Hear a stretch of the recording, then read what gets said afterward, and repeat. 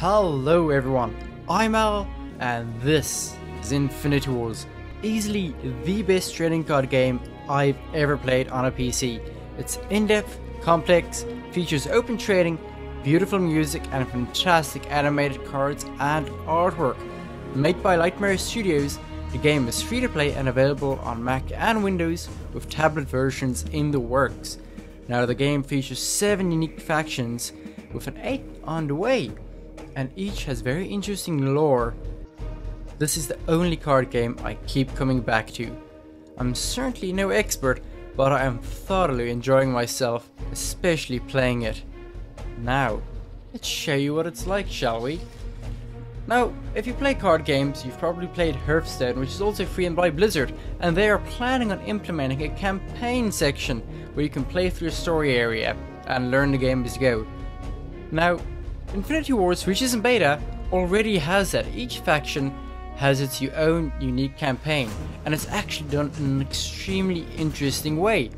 Once you start the campaign, you are forced to play with that class deck, only for the first few matches. That way you actually learn the abilities, strengths and weaknesses of that card and the opposing teams, while at the same time learning how to use them all in conjunction.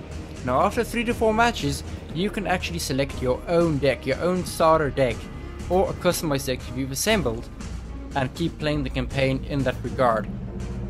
Now if we go to the card section, you can see there is a certain huge assortment. You also have your power curve, which shows you the power class of your characters and cards, how many resources they have and how many of those types you actually possess. Now this is the standard reverse starter deck, 40 cards in it. Now as you can see, most of the cards here need 3 power or resources to play, and you can see my power curve focuses heavily on them. Now each deck and unique race have their own special abilities and class and character sets that make them unique, but you also get grey cards such as Conscripted Militia here. As you can see, they're grey, they are not aligned to any faction, which means you can mix and match. Even so, as you can see here, there are 3 unique large cards here. These are the cards in your command zone or commanders. You must have 3 commanders to actually play the game. Without them, you cannot continue.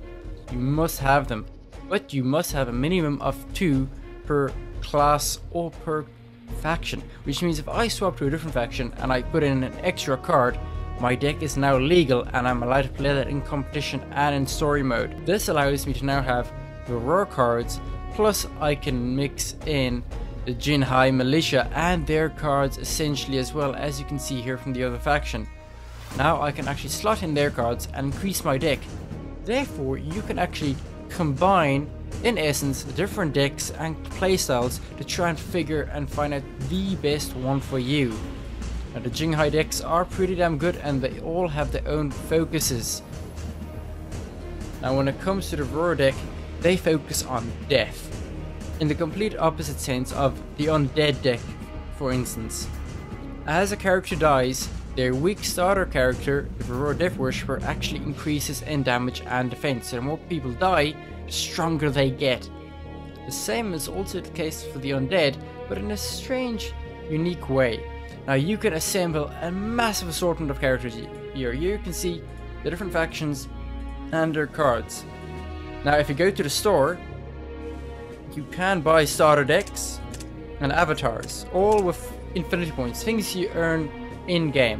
Lightmare points are worth real money, but you don't need to get them except if you want cosmetic items or if you want to buy a deck quicker. But as you can see, the decks can all be bought with in-game currency, which is not even needed. As you play through the campaigns and learn about the game and the different types of decks, you actually unlock them after you've reached a certain amount of cards, and it is actually surprisingly easy. Now here you can see the 7 main different types of decks: Iron Sky, Love and War, Rising Sun, Till Death Do Us Part, United We Stand, Heavy Sleepers, and the Exile's Revenge. These are the basic ones, but if I click store, you'll notice featured there is a Star Trek deck coming, which you can pre-order now if you want and you find the game really interesting on the 31st of May. Now I think we've spoken quite a bit long. Let's get into it. As you can see in the academy, there are basic playstyles.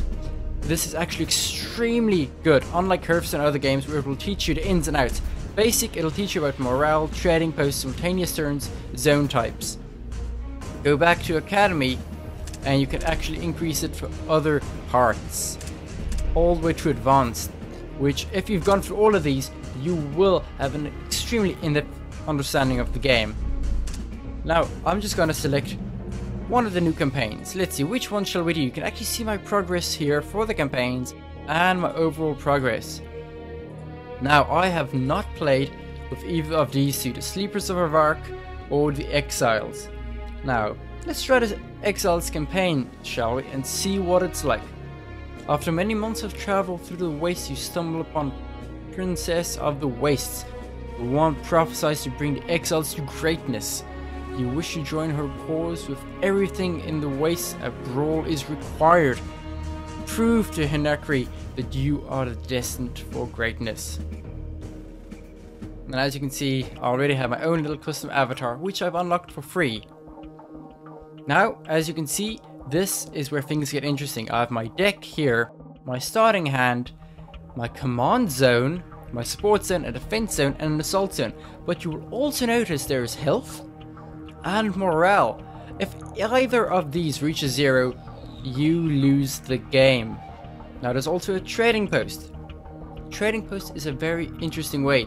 You use your resources to shuffle your deck, pay resources for a card, to swap a card, or you pay resources to increase your max resource pool. This can also be done with character cards that you have or spell cards. Now to play a card, you have to take it from your hand, move it to the support zone, after which, in most cases, it will become exhausted.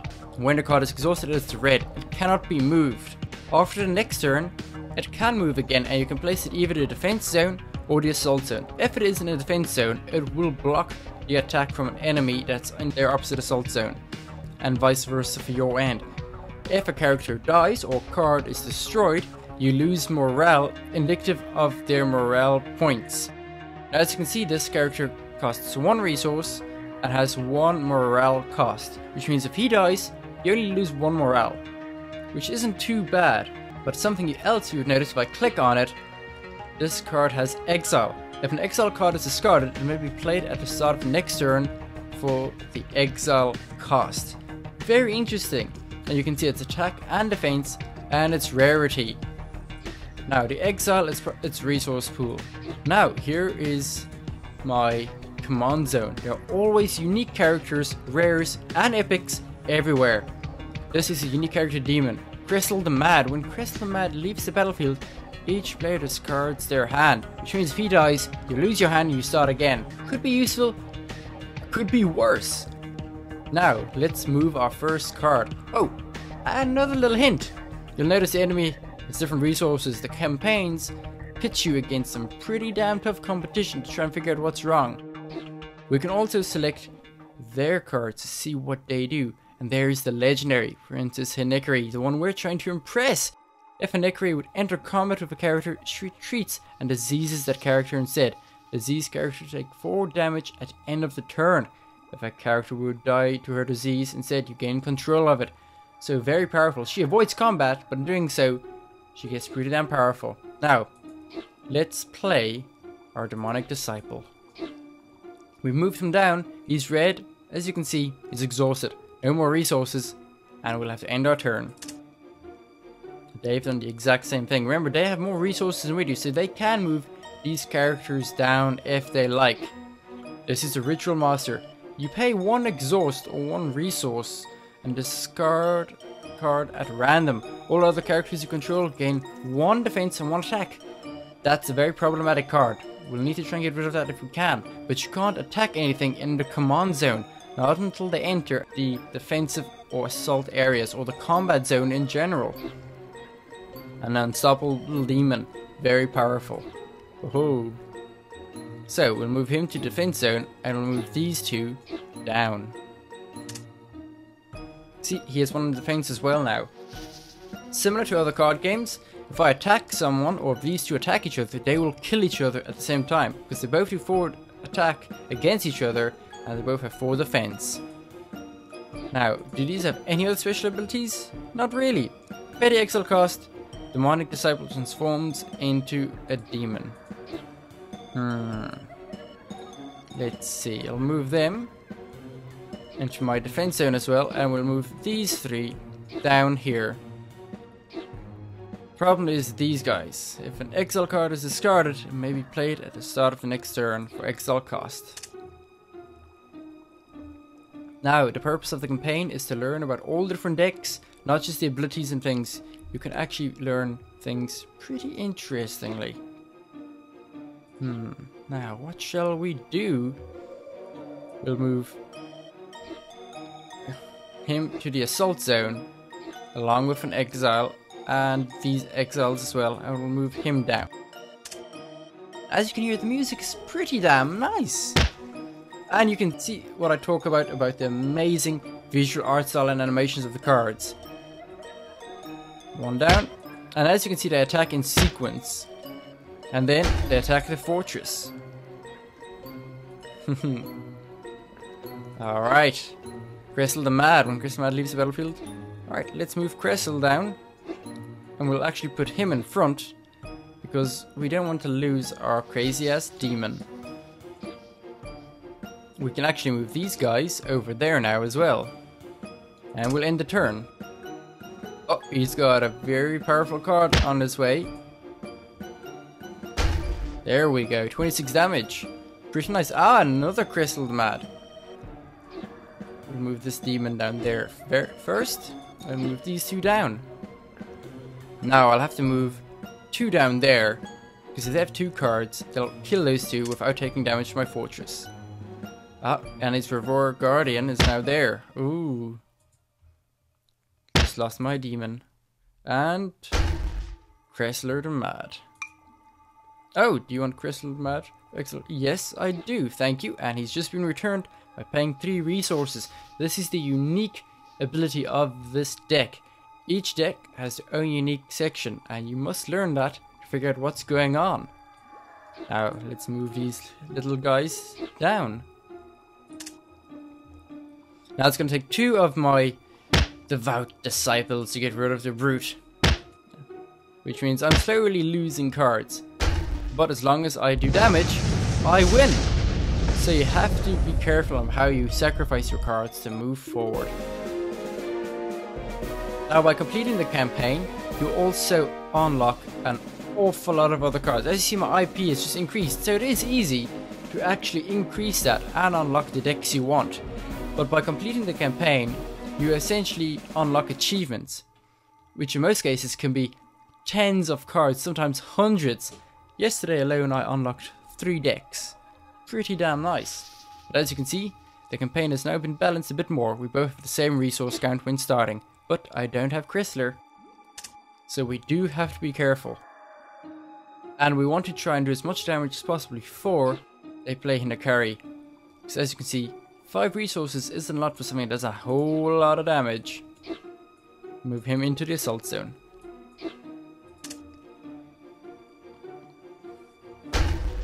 Four damage.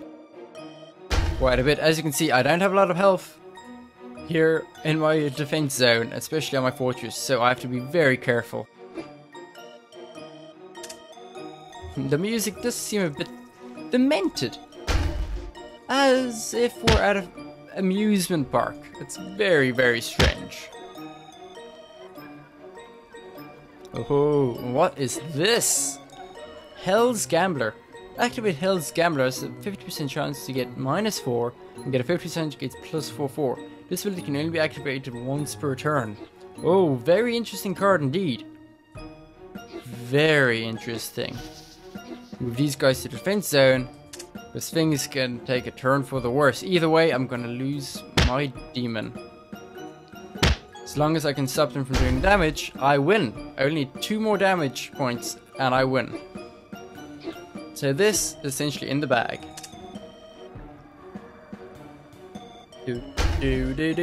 Also, the way the turns work like this is with simultaneous attack and defense turns, you can end up in a draw quite easily. So you do have to be very careful.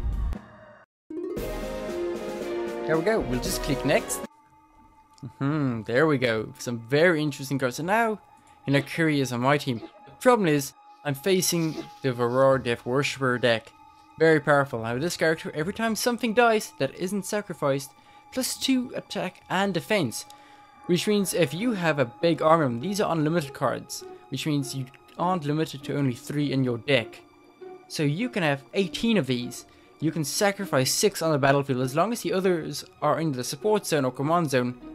Wow, you're going to get 32 extra damage and defense, making them nearly invincible. So you have to be very careful. Another new card, Demonic Corruption. Target character becomes a demon at the end of the turn. Oh, gets +4 attack, -2 defense. Very interesting. And Gather the Weak. The demon waits wander to the lost, and those that feed on the lost. 3/4/4 demonic disciples are created in your hand. A very, very nice spell card. There we go. So we'll place him down, and him. He's going to be very important as gambler. He could turn the tides of the battle. There we go. There, place my spell card. Move him down. Another disciple. Now everyone has one character that's essentially just death bait. Oh! Interesting. Now they'll kill him, and she's going to increase in damage and defense. There you go. I have to be very careful. Ah, very good. More gamblers. And do I have enough to activate him? We do indeed. Hopefully it increases his attack and defense by 4. Flip that coin. Oh no! Negative. Very bad. Very bad indeed. Now, we have to be so careful, because these ladies do a whole lot of damage. Even if their own characters die, they will increase in power. It makes it extremely difficult to get anything done against a deck of them. At the same time, they only cost 3 resources, which is quite a bit when you start off, but after a while means nothing. And same for these Beasts of Burden. They do an awful lot of damage, have good defense overall. So let's activate their abilities. We move Hinakiri down.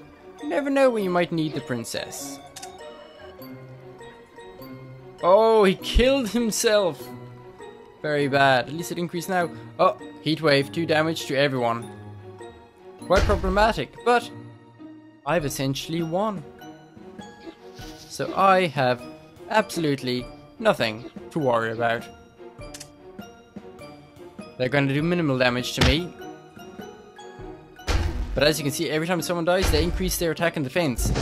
It can be a very, very problematic deck. Now, as you can see, I've completed the main 3 parts of the Exiles campaign, and therefore I've unlocked more cards. Now, after you've done that, like I mentioned, you can select your deck. Either your own starter deck, or any other deck. And at the same time, you can customize those. So let's take the Rising Sun one, my starter deck, and see what it's like against the princess. Oh, this is going to be very problematic. It's a mix of undead, which is extremely difficult to handle. Oh, and these undead beasts, one of many exhumed. So what is his special ability? Whenever undead character you die. Oh wow, so he essentially functions just like a Referral Death Worshipper, constantly gaining power. My advantage with this deck is, well, these guys have charge, as you can see here. You can play them directly to the assault zone. But I won't be doing that yet. I usually open up with Wealthy Noble. He increases your resources by 1. Oh wow, another one of these guys. So let's move them in. There we go. 12 damage is a good start. A very good start. But we also need some defense, so we're going to have to move some down. We also get flying cards, like this Commando. Flying cards can only be blocked by other flying cards, or anti-aircraft. There we go, we'll move him in. But as you can see, they're increasing in power. This is very problematic. The same for the Endless Horde. The more Endless Horde there are in their graveyard, the more damage and defense they get. +1 for each attribute for each card in there. So you have to make sure you do have a grave robbing card, just to make sure they don't get out of hand. Otherwise you're in big trouble. Now, Uncontrolled Rift means I can summon any card from any deck into my hand at random. Let's play it and see what happens. That is the only exception for playing a card out of your deck without having someone in the command zone from them. Ooh. Ah, this is turned out to be very problematic, but I do have my Grave Rob, which is perfect for what I need. Now this is a very rare and strange card, Chicana, who demands tribute. Flying monster. At the start of the turn, sacrifice a character other than Chicana. If you do not, Chicana kills all characters in the combat zone and leaves the game. Pretty interesting way to actually wipe out all the enemy cards in a zone, which could be quite beneficial actually. Now, I'm gonna play my artillery card. This card has no attack as you can see, but if you use your exhaust or resources you can activate it to do 8 damage directly to the fortress. Which means if you have a host of cheap cannon fodder cards, like I've been playing constantly the normal infantry guys, you can build up a defense and whittle away at their fortress health. The other advantage of this character, Flame Purifier, every character she destroys is removed from the game and does not go to the graveyard, which means the undead don't get as powerful as quickly. Now, let's get this done. One down, there we go. Stumble, that card will actually remove a card from the combat zone to the support zone, but they can be played pretty quickly again. Alright, let's move her down, move her in there.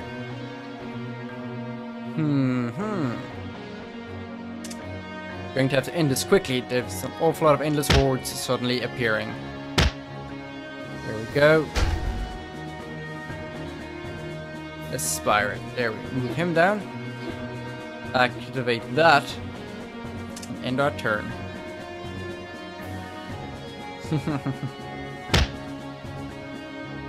Problem is, that card is getting awfully powerful. I need to get rid of it. And the only way to... There we go, that's exactly what I need. Assassinate will spend 6 resources to kill any card, even if they're in the command zone. Perfect for what we need. Also, I have my general. Oberon, Hammer of Dawn. When Oberon is played in the assault zone, he is invincible. Nothing can kill him, even spell cards. Extremely powerful. So you have to use him just right. So let's assassinate that zombie freak before he gets a bit out of hand. And these guys can't block my commando because he flies. As you see, he goes straight over them and damages them. Now, let's also play Oberon. Haha, this is going quite well. Activate our artillery. Oh no, out of resources sadly. No matter. Time to obliterate them anyway. There we go. Now, worth noting that the zombies, or the undead from Avark, also have a unique general card that can actually remove cards from her graveyard and turn them into zombies. That could be very problematic because they actually have an ability to start with a bunch of dead unlimited hordes or endless horde cards in the graveyard, significantly boosting their power. Now we'll activate that for 3 and we'll attack. Now they're gonna block one of my attacks, but not much left. Next, I win. Might as well play the big guy just for shits and giggles, but we finally just won this.